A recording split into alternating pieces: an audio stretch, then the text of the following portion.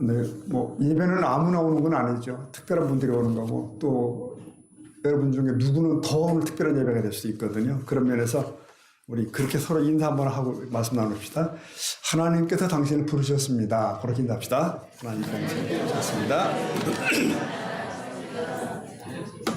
아멘, 아멘. 네.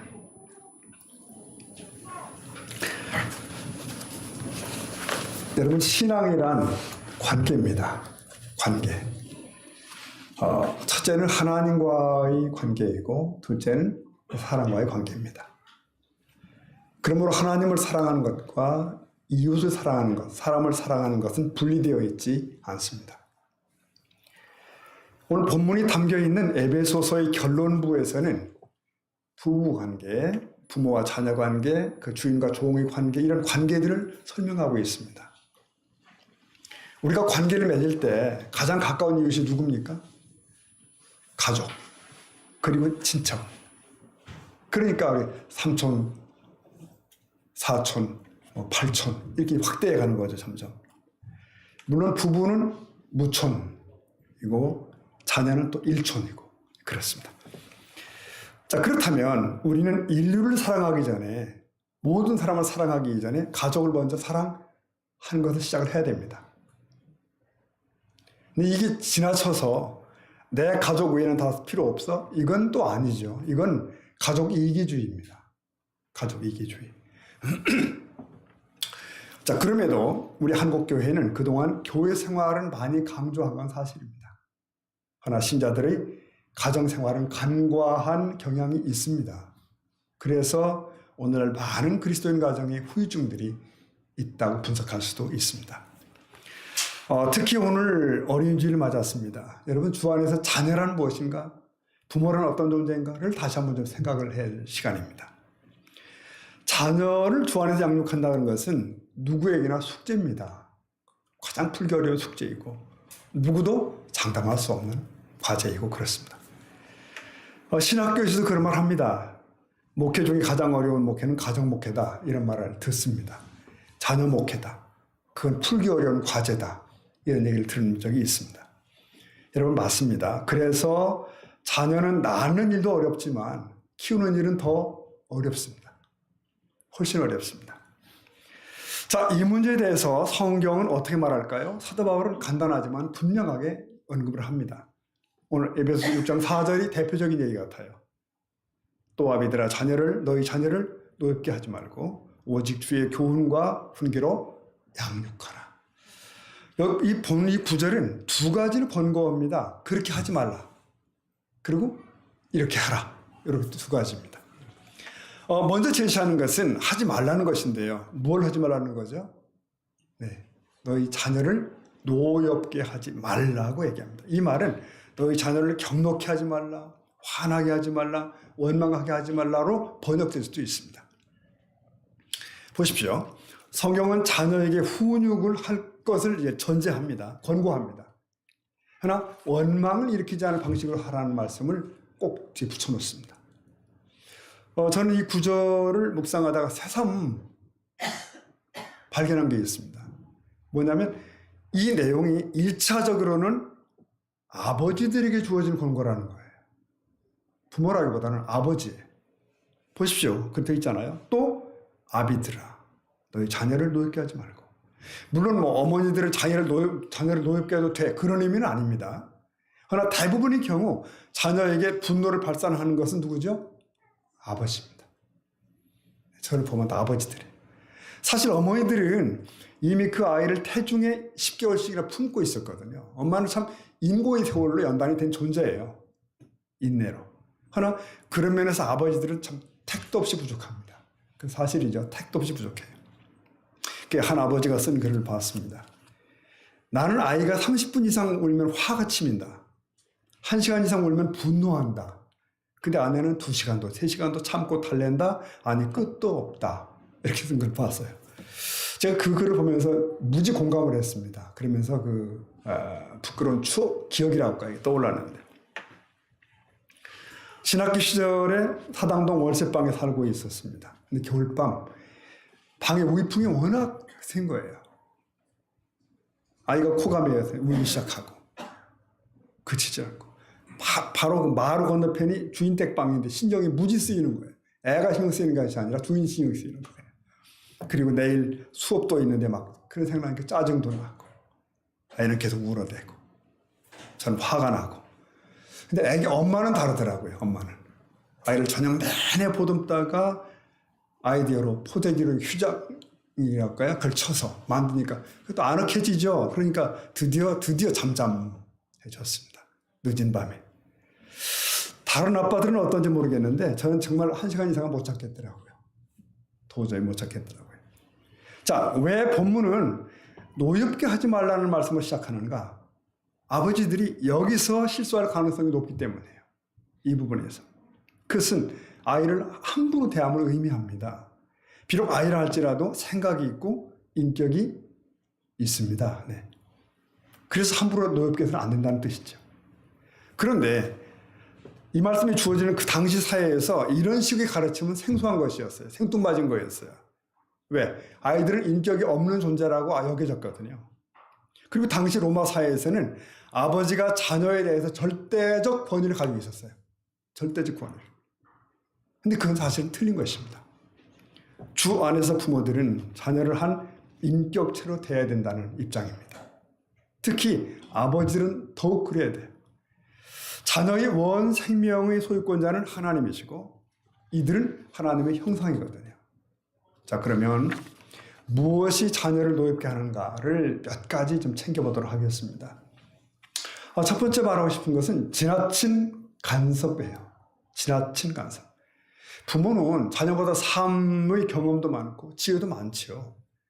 그리고 내 자녀가 보다 더 잘 살길 원하죠. 그래서 하고 싶은 말이 많아요. 가르쳐주고 싶은 것도 많고. 그러다 보면 시시콜콜 간섭을 하게 되는데 이게 지나치는 걸 스스로 못 느끼는 거예요. 이때 자녀는 분노하게 됩니다. 과욕이 일으키는 문제지요. 다시 에베소 6장 4절 보면 또 아비들아 너희 자녀를 노엽게 하지 말고. 중요한 부분은 자녀를 독립된 인격체로 봐야 한다는 것. 자칫하면 자기 소유물처럼 여겨지거든요. 부모가 이런 잘못된 소유의식 내지는 권위주의에 사로잡혀서 권위를 남용할 때 자녀는 노여움을 느껴요. 여러분, 권위 때문에 부모가 되는 게 아니라 사랑 때문에 부모가 되는 것입니다. 자녀를 통해 대리만족을 하려 하고 자녀를 밀어붙이는 것도 물론 부모 권위를 남용하는 거예요. 이런 권위주의를 버리지 않으면 절대로 좋은 부모 될 수가 없죠. 물론 역으로 간섭을 아예 안 하는 방임도 문제입니다. 아이는 부모의 적절한 관심 속에서 자랍니다. 이 관심이 사랑인데요. 그런 말 들어보셨죠, 여러분? 집에서 키우는 작물도 식물도 관심을 기울이면 싱싱해지잖아요. 반대로 방심하면 시들고 더 방심하면 죽어버린다. 생명체인 아이들은 더더욱 그렇지 않겠는가? 어디까지가 간섭인지, 어디까지가 방임인지 여기서 우리는 하나님이 주시는 지혜가 필요합니다. 그것을 위해 간구하셔야 된다는 거예요. 자녀를 노엽게 하는 두 번째 얘기는 비교하기입니다. 이거 우리가 잘 아는 얘기들이죠. 비교하기. 비교는 아이들이 질색하는 것 중에 하나죠. 그런데 부모는 비교하고 싶은 유혹이 충동적으로 일어납니다. 네 형의 반만큼만 해라. 네 언니 좀 봐라. 이렇게 대놓고 비교하면 안 됩니다. 그러면 형제 간 미움을 부추기는 것이 되고 라이벌이 되게 만들어요. 부모가 표가 나게 편애를 할 때 자녀들은 분노를 느낍니다. 창세기 37장의 야곱의 가정을 기억하십니까? 거긴 12명의 자녀가 있었죠. 근데 요셉만 표가 나게 편애를 받았어요. 그게 형제 간의 비극을 유발한 걸 여러분 아실 겁니다. 여러분, 우리 자녀들은 각자가 전혀 다르게 지음받았음을 기억을 해야 됩니다. 이 아이만의 가진 독특함을 인정해야 한다는 뜻이죠. 각자는 하나님의 고유의 작품이다. 그 안에 하나님이 심어놓으신 잠재력이 있고 가능성이 있는데 그걸 봐야 된다는 거죠. 부모는 아이가 자기 자신을 있는 그대로 사랑할 줄 알게 해야 됩니다. 자기에게만 있는 고유한 하나님의 은사를 키우며 살아가도록 돕는 것이 교육인 거예요. 근데 부모 욕심이 앞서서는 안 되겠습니다. 아이들은 이 부모의 기준을 맞추려고 애도 써보지만 그럴수록 내면에는 분노가 쌓여요. 아이들은 부모가 자신을 닥달하는 이유가 부모의 체면 때문이라고 생각해요. 의신 때문이라고 생각해요. 부모가 자녀들을 비교하면서 한쪽으로 몰아갈 때 그때 자녀들은 노여워합니다. 네, 자녀를 노엽게 하는 세 번째 얘기는 지나친 엄격함입니다. 엄격함. 아이들은 본래 실수하며 잘합니다. 그런데 조그마한 실수도 용납지 않는 가정은 자녀의 숨을 막히게 하죠. 이 점은 특히 우리 신앙의 가정들이 생각할 부분입니다. 율법적인 신자들의 가정에서 자주 일어나는 일이에요. 신앙생활을 열심히 하는 가정인데 아이들의 표정이 어두워요. 그것은 자발적이지 않고 강요가 많은 것이 분명하죠. 주일날 교회 갈 때도 옷 입는 것으로 싸움이 나죠. 예배 시간에도 자녀들을 계속 출시하게 됩니다. 여러분, 신앙을 이유로 지나치게 엄격하면 나중에 신앙 자체를 거부하는 사태가 벌어지기도 합니다. 가정 예배를 법처럼 지키는 가정이 있었습니다. 무슨 일이 있어도 그 시간에 가정 예배를 드리는 거예요. 다 집합해야 돼요. 근데 그 아이가 성장을 했습니다. 이제 배우자를 찾아서 선을 보는데 상대도 크리스찬 자매고. 근데 이 총각이 하는 얘기가 나는 가정 예배는 안 드린다. 전제를 하고 들어가는 거예요. 이게 무슨 일입니까? 이게. 예배는 귀한 것이고 하나 그것이 경직된 법이 되어서는 안 된다는 것이죠. 그래서 어떤 가정에서는 아이들과 가정 예배를 드리고 나면 반드시 맛있는 간식 타임이 있다. 그런 이제 아이디어도 있다고 그래요. 그러니까 아이들이 예배 드린다면 신바람이 났다. 지혜입니다.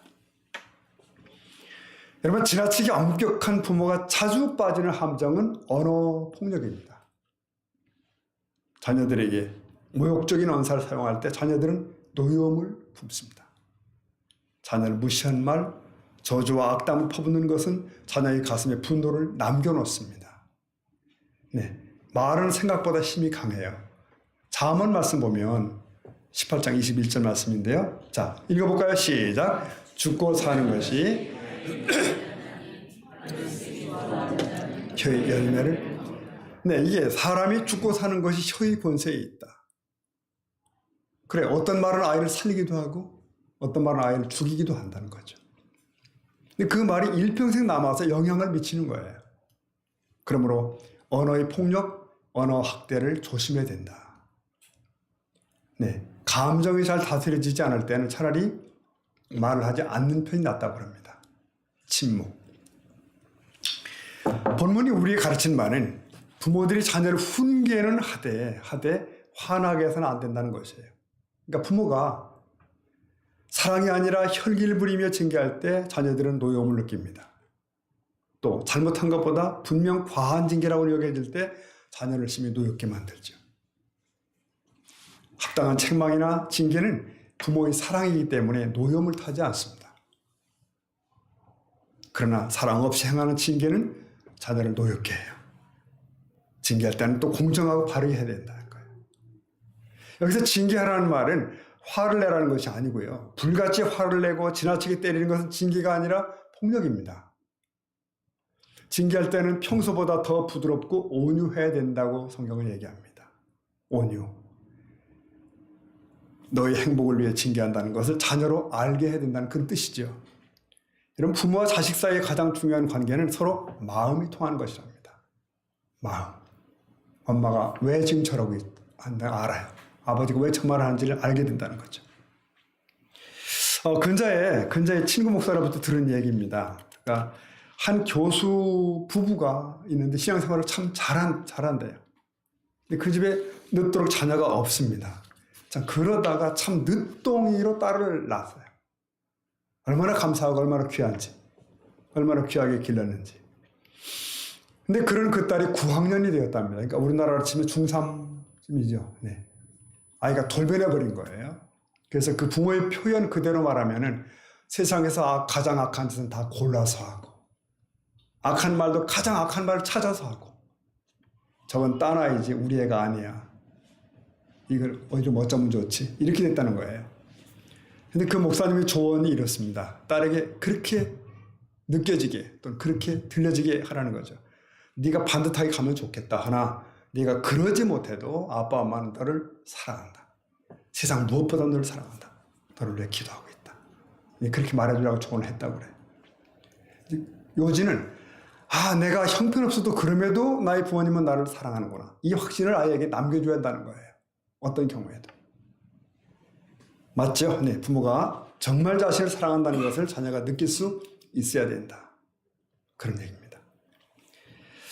그 다음에 자녀를 노엽게 하는 네 번째 얘기는 조금 결이 다르지만 네 번째는 부부간의 불화랍니다. 부부간의 불화. 아이들은 엄마와 아빠의 사이에 있습니다. 거기서 보호와 안정감을 느끼죠. 그런데 이 부부간의 잦은 말다툼이나 잦은 가정 불화는 아이들을 외롭게 만듭니다. 감정을 요동치게 만들고. 더구나 그러면서 아이들에게 한편에 줄 서기를 강요한다면 이건 잔인한 짓이죠. 우리가 기억해야 될 건 그겁니다. 자녀들에게 줄 수 있는 최고의 선물이 있다면 엄마 아빠가 화목하게 지내는 것이랍니다. 부부의 갈등은 자녀들의 마음에 상처를 남긴다. 그러므로 부부의 문제는 단순히 부부만의 문제로 끝나지 않죠. 부부의 불안은 자녀들의 정서적 불안 등 후유증으로 남게 된다고 합니다.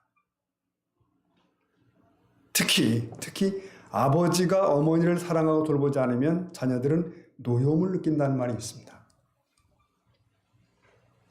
자녀들이 사랑으로 가득한 가정 안에 자라게 해야 된다. 이걸 위해서 부부는 서로 사랑해야 된다. 네. 여기서 우리는 주님이 먼저 교회를 사랑하신 것처럼 남편들이 책임이 있음을 우리가 보게 됩니다. 사랑함에 대해서. 이것이 아버지가 자녀에게 줄 수 있는 가장 좋은 선물이랍니다. 네. 이상 우리의 자녀를 노엽게 하는 원인들 몇 가지를 짚어봤죠. 심한 간섭, 서로 비교하는 것, 지나친 엄격, 부부간의 불화 등등. 네, 주께서 우리 부모님들에게, 저와 여러분에게 지혜와 성숙함을 주셔서 자녀를 노엽게 하지 않기를 원합니다. 아멘. 자, 자녀를 정말 노엽게 하지 않으려면 이 부분 조금 더 가도록 하겠습니다. 자녀를 제대로 이해하는 문제입니다. 이해함. 이건 오늘 현대의 부모들에게 주어지는 가장 무거운 과제랍니다. 왜냐하면 전에는 10년이면 강산도 변했어요. 10년이면. 요즘은 1년이면 강산이 변하는 세상에. 급변. 거기서 아이들은 자기들의 세계를 가지고 있습니다. 전에는 부모 세대가 지닌 문화나 기술이 지식이 전수되었습니다. 자식에게. 자식은 그걸 배우며 컸지요. 그러나 오늘날은 부모 세대의 지식이 별로 쓸모없는 것이 많아요. 사회가 급변하는 거죠. 그러므로 아이들의 문화를 읽고 이해하는 일은 참 어렵게 되어 있습니다. 몸에 새긴 문신이라든가 어울리지 않은 장신구들. 요즘 여자아이들은 초등학교 고학년만 되어도 화장을 한다는 말이 있고, 그죠? 노출이 심한 옷차림, 버릇없어 보이는 언행들을 이 부모 세대가 받아들이기 참 어렵습니다. 그래서 어느 교육학자는 understanding이라는 단어를 썼어요. 상대를 이해하려면 그와 마주선 게 아니라 그 밑에 서야 된다. 아래. 그럼 보인다는 거예요. 어쩌면 이것이 예수님이 우리에게 보여준 성육신의 원리인 것도 같습니다. 하나님이신 그분이 인간 되시고 더 나아지셔서 죄인 가운데 하나로 오셨음. 그것. 네. 바로 그것이 아닌가 싶어져요. 어쨌든 부모가 자녀의 입장으로 내려가는 일은 참 어렵습니다. 네. 하지만 형과 동생 사이에도 세대 차이가 난다고 그러니까 부모와의 거리는 말할 것도 없습니다. 그러므로 소통은 어렵고 공감은 더 힘듭니다. 이때 부모에게 요구되는 게 뭘까요? 인내입니다. 결국 인내. 인내는 부모에게 주어진 정말 중요한 과제입니다. 이건 부모가 성숙해야 함을 전제하거든요. 부모가 미성숙할수록 자녀들은 오랫동안 힘든 시간을 보내야 된다. 갈등과 충돌은 더 길어질 수밖에 없습니다. 엊그제죠. 주중에 우리 박준 장로님이 카톡방에 올린 영상을 좀 이렇게 살펴봤어요. 거기 보니까 막 노동하는 아버지가 거기 나오고 그가 막 40대가 되어서야 한글을 깨치게 된 그런 그가 막 늦깎이로 또 열심히 공부를 하는 모습이 나와요. 근데 그가 정신 차리고 보니까 아들은 게임 중독에 빠져 있더라. 뭐 그런 얘기가. 그래서 이제 다시 또 아들을 바로 세우기 위해서 애쓰는 아버지 모습이 나오고, 결국 결론은 뭐죠? 소위 인류대의 그 아들을 끄집어 넣을 만큼 해냈다. 참 도전이 되죠. 물론 보기 드문 부모, 아버지입니다. 근데 보면서 참, 야, 이거 도전된다. 근데 여러분, 저와 여러분 대부분의 부모는 무면허 운전자와 비슷해가지고, 시수투성이잖아요. 실패를 반복하고 있습니다. 대부분.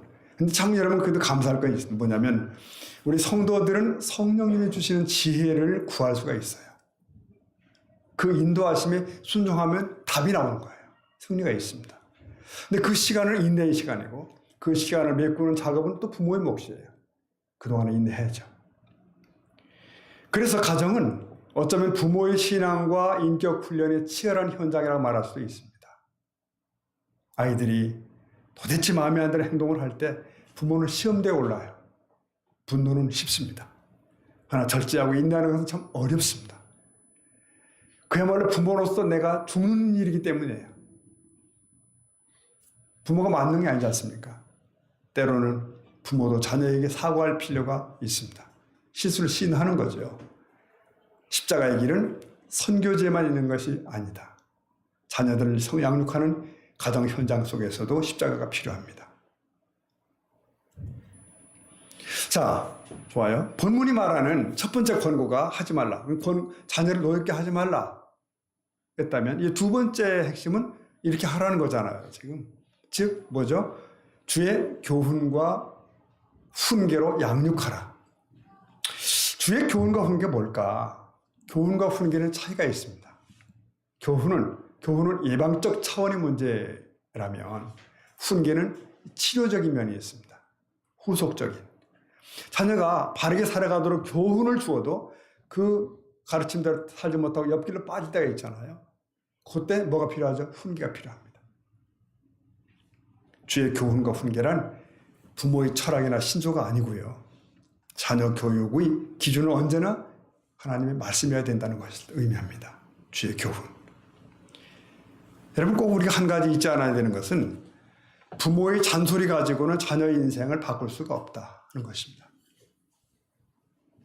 주의 교훈과 훈계입니다.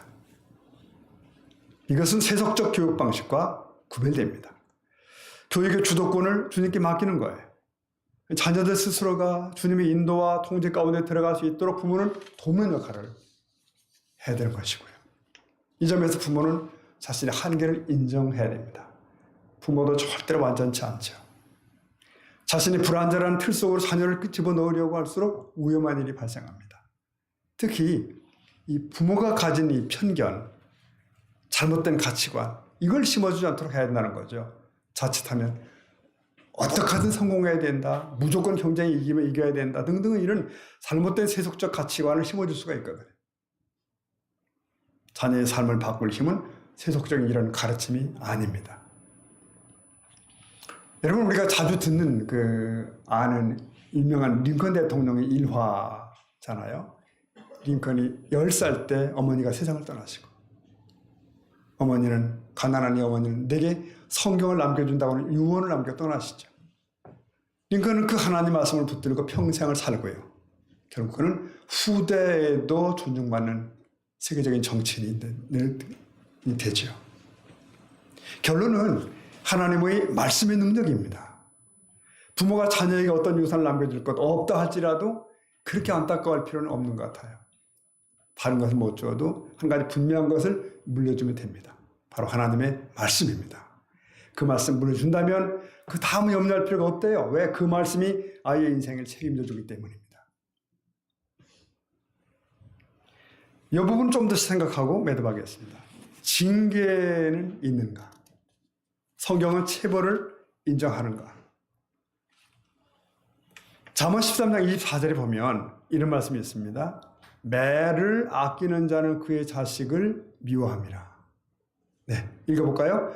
자식을 사랑하는 자는 징계하라. 여기 징계가 나오네요. 잠언 23장에도 비슷한 내용이 있습니다. 우리는 아이들의 길을 살려주는 것과 버릇없이 커가는 것을 구분할 필요가 있어요. 3살 이전에 매를 들면 나중에는 체벌할 일이 적어집니다. 사춘기가 되면 체벌할 수가 없습니다. 3살 버릇이 8까지 간다는 말은 권위 있는 교육학자들도 인정하는 이론입니다. 자녀를 노엽게 하지 말라는 것은 징계하지 말라는 말이 아닙니다. 방치하면 나중에 통제가 안 됩니다. 그런데 오히려 어떤 부모들은 아이들을 길을 살리려 한다면서 거꾸로 애를 씁니다. 기죽을까 봐 징계를 못합니다. 그러나 자칫하면 방목이 될 수 있기 때문에 조심해야 된다. 사랑과 징계는 함께 가야 된다 하는 것입니다. 여러분, 체벌할 때 조심스러운 것은 부모의 감정 처리예요. 감정 처리. 아이에게 화풀이 하듯 하면 역작용이 일어납니다. 징계를 하되 아버지는 힘의 절제를 해야 되고 어머니는 입의 절제를 해야 됩니다. 성령님의 도우심을 받아서 절제된 감정으로 자녀를 훈계할 수 있어야 된다. 그것입니다.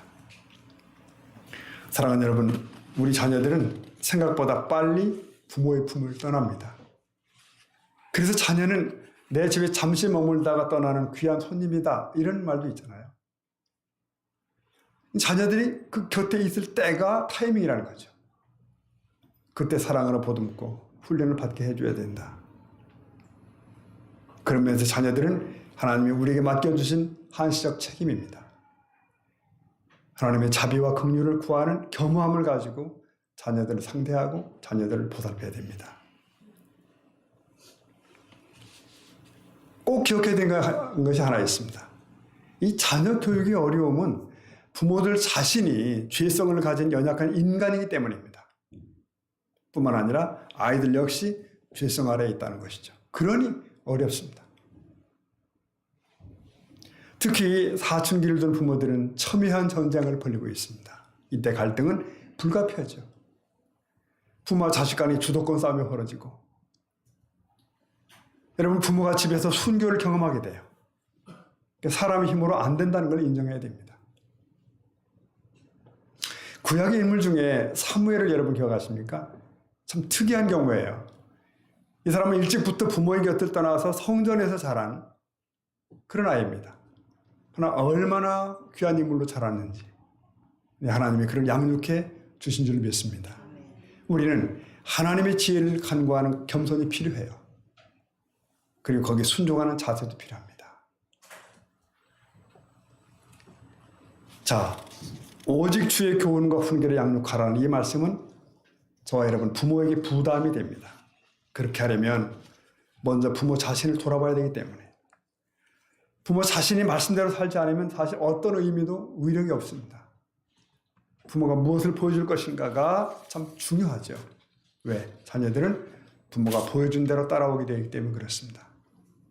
부모의 말대로가 아니라 부모의 사는 모습대로입니다. 그래서 우리 부모, 저와 여러분, 우리들 부모의 가장 안 좋은 것은 이중성이에요. 부모가 말과 행동이 확연히 다를 때, 부모의 신앙과 삶이 괴리가 막 느껴질 때 자녀들은 혼란을 느낍니다. 놀랍게도 여러분, 아이들은 부모의 언행의 불일치를 알아보는 대단한 눈을 가지고 있어요. 부모들의 신앙의 상태는 자녀들이 이미 점수를 준 뒤입니다. 자녀들은 정말 잘 알고 있거든요. 신앙이 최고라고 하는 아버지가 집에서 돈 얘기만 한다면 자녀들은 헷갈립니다. 부모가 하나님을 두려워하지 않는다면 자녀들이 하나님을 경외할 리가 없습니다. 부모가 먼저 하나님 말씀 앞에 바로 서는 것보다 중요한 게 없다는 얘기죠. 여러분, 교회에 대한 긍정적인 얘기, 좋은 얘기를 많이 하십시오. 아이들도 교회를 사랑하게 됩니다. 반대로 교회 걱정이나 사람들에 대한 얘기는 부부끼리 있을 때만 하시는 게 좋고요. 자, 물론 부모가 완벽할 수는 없잖아요. 그러나 신앙의 진정성, 진실성은 보여줘야 된다는 것입니다. 때로는 내가 실수하고 연약한 모습을 자녀들이 보일 수 있죠. 그때 그것을 합리화해서는 안 됩니다. 정직하게 자기 자신을 인정하는 태도가 있어야 합니다. 여러분, 사실 자녀 신앙교육의 최종 책임은 교회의 주일학교에 있지 않습니다. 교회에서 지내는 시간은 고작 1시간이에요. 자녀 교육에 대한 엄숙한 책임은 가정이요, 우리들 부모입니다. 세상의 유혹이나 환경이 두려운 게 아니고요, 그걸 이겨낼 하나님의 말씀을 심어주고 있는가, 그런 마음을 전해주고 있는가, 그게 중요합니다. 여러분, 지금 한국교회의 염려는 미래의 교회는 존재할 것인가, 그겁니다. 그러면 지금 우리들 가정의 미래는 어떨까요? 자녀들이 부모보다 믿음이 더 좋은 세대로 갈 것인가, 아니면 그 반대로 갈 것인가? 다음 세대에서 신앙의 태가 끊겨버린다면 좀 기가 막힌 일이 되겠죠. 우리 세대보다 다음 세대가 더 나아가야지 않겠는가. 그렇기에 다음 세대에게 선한 영향을 줄 수 있는 그런 삶을 부모 세대가 살아내야 되는 것입니다. 이게 우리의 숙제예요. 말씀을 오늘 이렇게 매듭하겠습니다. 본문의 에베소서 이 후반부는 묶어 말하면 성령 충만한 자의 삶을 얘기하는 겁니다. 성령 충만한 자의 인간관계들을 얘기하는 거예요. 자녀들과의 관계도 이 성령 충만한 자의 생활 중 일부로 다뤄주고 있는 것입니다. 일부로서. 5장 18절 성령의 충만을 받으라. 이 말씀은 언제나 모든 경우의 기가 됩니다. 이 열쇠는 성령 충만한 부모가 되는 것이에요. 그러면 그는 자녀를 위해 주님 앞에 엎드리게 되죠. 자녀의 이름을 들고 주 앞에 나아가게 되고 부모 자신의 한계를 인정하고 하나님의 도우심을 구하게 됩니다. 성령 충만한 부모는.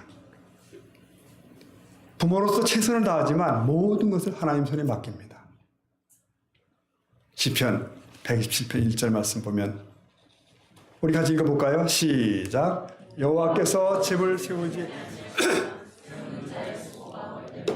여호와께서 성을 지키지 아니하시면 헛되다. 이게 뭘 얘기하는지 아십니까? 가정을 얘기하는 겁니다. 하나님께서 우리 자녀들을 지켜주지 아니하시면 부모가 두 눈을 부릅뜨고 깨어있어도 헛되다는 거예요. 하나님의 은혜가 필요합니다. 순간마다 하나님을 의지해야 되고요. 부모의 눈물과 기도가 자녀를 아름답게 세워갈 수가 있습니다. 그것이 부모가 해내야 할 마지막 책임이고 특권입니다. 왜 특권이라고 얘기하는가? 자녀를 통하여 부모들을 하나님은 철들게 하시기 때문입니다. 오늘도 가정을 통하여 하나님은 당신의 백성들을 빚어 가십니다.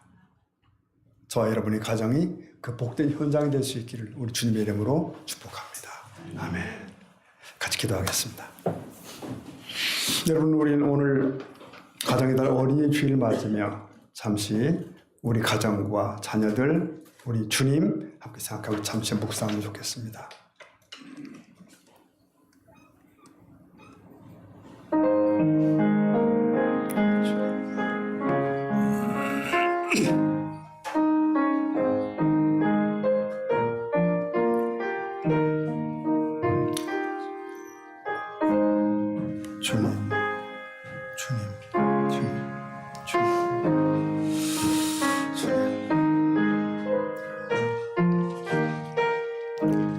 하나님 아버지, 하나님은 우리 가정의 주인이십니다. 우리의 자녀들을 주께 의탁합니다. 주의 손으로 키워 주옵소서. 그리고 그것을 위해 우리 부모들이 더 부모답게, 더 신앙인답게, 더 성령 충만한 사람으로 서게 하여 주옵소서. 예수님의 이름으로 기도합니다. 아멘. 우리 찬송가 199장 함께 하시겠습니다.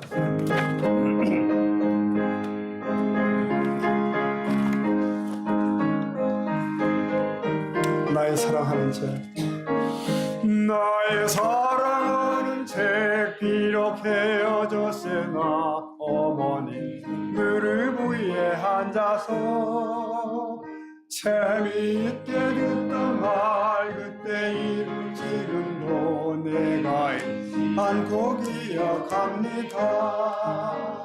귀하고 귀하다 우리 어머니가 들려주시던 재미있게 듣던 말, 책 중에 있으니 이 성경 심히 사랑합니다.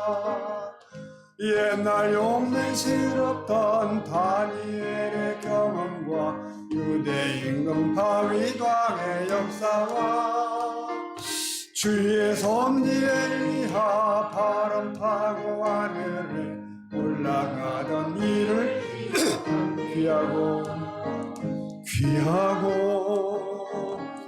귀하다 우리 어머니가 들려주시던 재미있게 듣던 말이 책 중에 있으니 이 성경심 사랑합니다. 예수 세상 계실 때 많은 고난 당하고 십자가에 달려 당하시니 어머니가 읽으며 눈물 많이 흘린 것 지금까지 내가 기억합니다.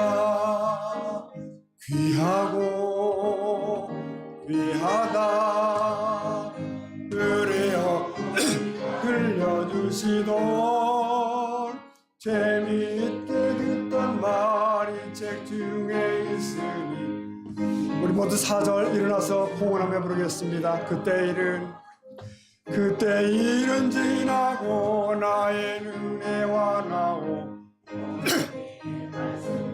가면서 나도